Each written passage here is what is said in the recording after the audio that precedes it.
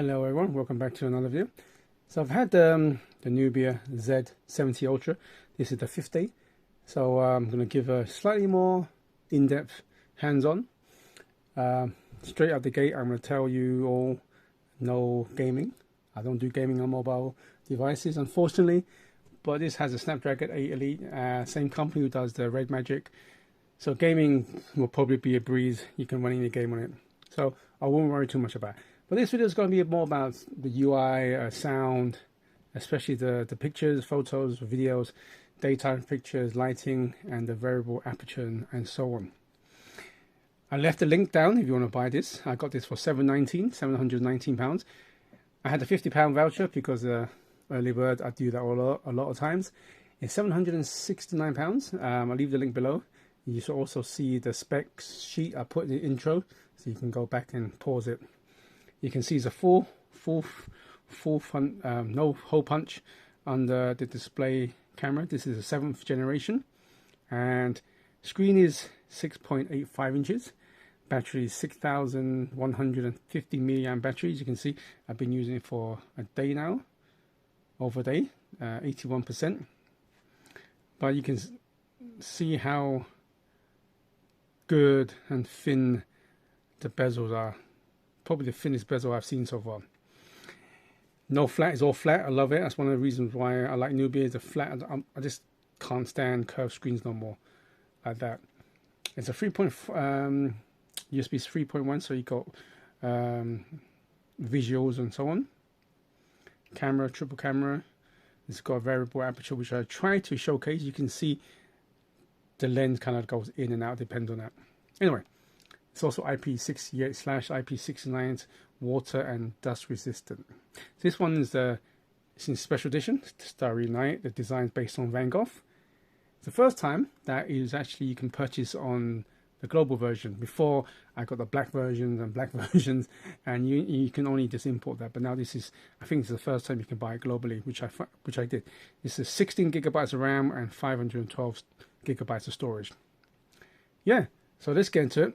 So I'm going to start with the benchmarks, which I did. Go to, hope you like my wallpaper.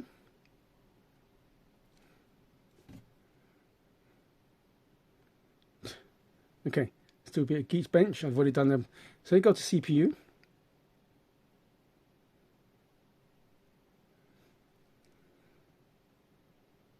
You can see here the benchmarks: single core 3114, multi-core 9097. The single core you can see up there. Okay, multiple score is that. So what I'm going to bring in my OnePlus 13. This is probably the closest I can test it because they're both Snapdragon 8 Elite. So they're probably the closest I can compare it to.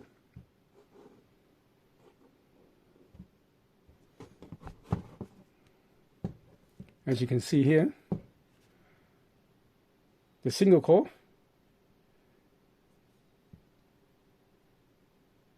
the Nubia beats it, 3000 versus 2900. Multiple score, Nubia beats it again. Okay, so but what I'm gonna do before I go into that, I'm just going to go into the GPU score. There'll be a bit of a surprise here. GPU score, see 16,243. And you can see is the top of that. But I'm going to go into the OnePlus and show you. You see the OnePlus GPU score. It's higher, 18,000. So I was hoping this one would be more because of the experience I have with the Red Magic. Maybe just the software optimize is not fully done. Maybe it's going to be a firmware update later on. We kind of enhance the GPU. Speaking about updates, I know a lot of people out there who is a bit kind of still, you know, in two minds about buying a Nubia. Yes, one of the as Nubia, they know the designs. I love the designs, and they're kind of like designs as in really breaking the trend, going for really different looks and everything like that. So I kind of respect them for that. I know a lot of people are still kind of umming and ahhing because of the software updates. They don't do that many. But at the same time, I got this for 5 days so far. There has been 2 updates. So they are improving a lot. But if you ask me, would I recommend it to someone who wants to buy a keeper phone for 5 to 6 years? I say no, because I don't think they will update that much, probably 2 to 3 years at most. But for people like myself who can consistently buying phones every 6 months to a year, changing phone, that doesn't bother me so much. That's the reason why I buy this lot. If you check out my last video, this is 144 Hertz. One of the good things about this one, unlike many phones out there, for example, as you can see, you have 60, 120, no in between. This one has auto 60, 90, 120 and 144. So it gives you an option for all of them, and you can reserve battery. Like I said, the battery is really good. I can easily get 3 days if I really push it. In 3 days, I've had it for 3 days. I've only had it for 5 days, only charged twice. That's how good the battery is. Do bear in mind, I don't play games and do anything intense, so I can easily get 2.5 to 3 days out of it. So depending on what you do as well. But the battery is really good in this. Okay, so what I'm going to do is I am going to cut and go into the video footage, and I'll get back to you then. Videos, photos, night shots, day shots, sun shots, and all of that cool stuff. But you know what? Before I go in there, I just remembered. Okay, let's go into the camera app. I want to show you a few things. Okay, as you can see, I'm just going to move sideways. You can see here, it starts off with 18, 35, and 85.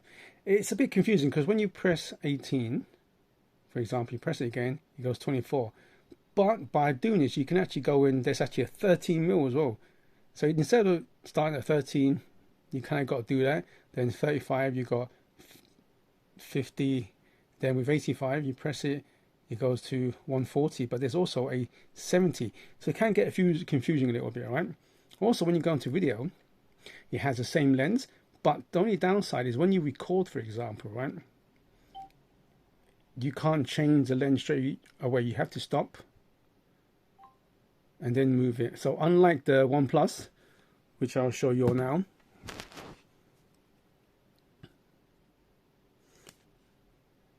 Joker, my wallpaper. So you go into the camera again, and you go into video, and if I'm starting recording, you can see I can move the lens willingly and take a photo if I have to. So that is one thing I think the OnePlus has definitely got over the Nubia when it comes down to the camera functions and so on. So that's a bit of a downer. You can't change lens on the fly when you're in filming mode, which is a shame. I'm going to go and show you that if you go into the Pro, for example, and you go into, you can select the lens. You've got aperture here. You've got all these different apertures, 1.59. It goes all the way up to 4 point. So you've got variable apertures. What I'm going to do, I'm going to try and capture this. Hopefully you can see if I can capture that. Give us a sec.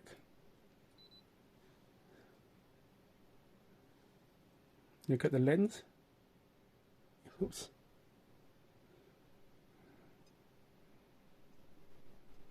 You can see the lens. You go moving. Try that again. It's not the best. You can see the lens. You can see that. That's pretty fun, but it's hard to capture on from here. So it has a variable aperture. You can just about see when I'm moving the aperture. You can see it's opening up now. That's one cool thing about that, yeah. So yeah, I'm going to cut this and stop here. I'm going to start showing some video footage, photo footage and everything like that. I'll get back to you all soon.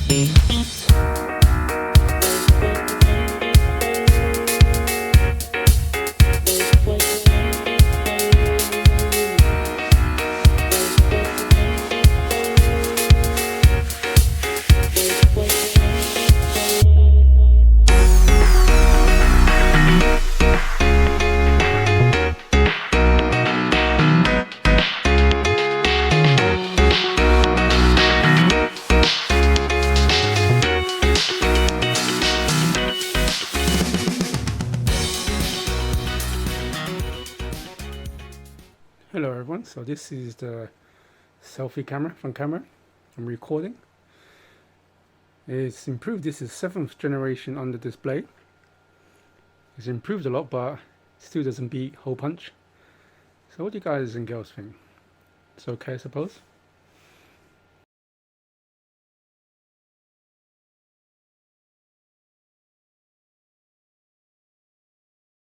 Okay, I hope you enjoyed all those footages I took.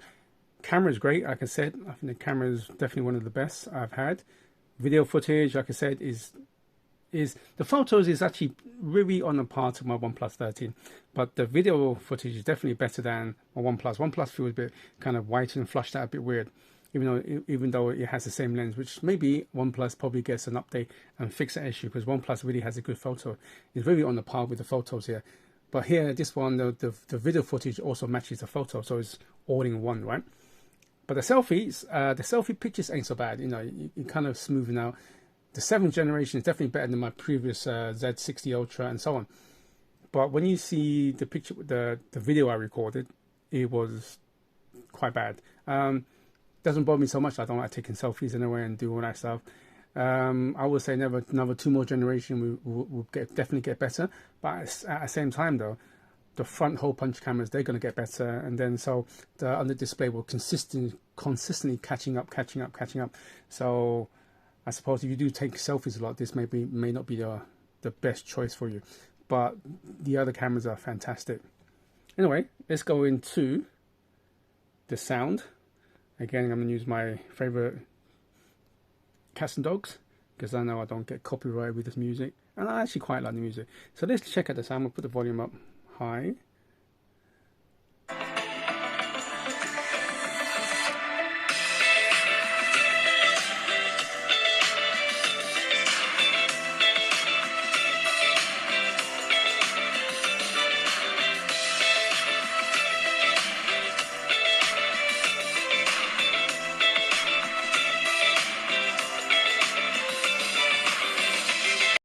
So yeah, the sound sounds louder. I think it's definitely up there with my other Nubia phones, and it's louder than my OnePlus, but I think the OnePlus sounded more clearer. This one had, when you put it to volume quite max, is louder, definitely more louder, but it has more of a streaking sound, not as clear, not as bassy. So I think the OnePlus one has a better sound overall because it's more clearer and more bassier. Not as loud, but to be fair, who's going to listen to music that loud? You're going to have your earbuds or headphones on, right?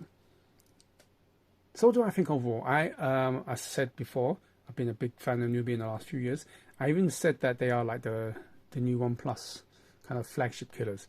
Even though if you watch my video on my OnePlus 13, they kind of gained me back as a fan, because I think the OnePlus 13 really, for what I pay for it and the quality you get.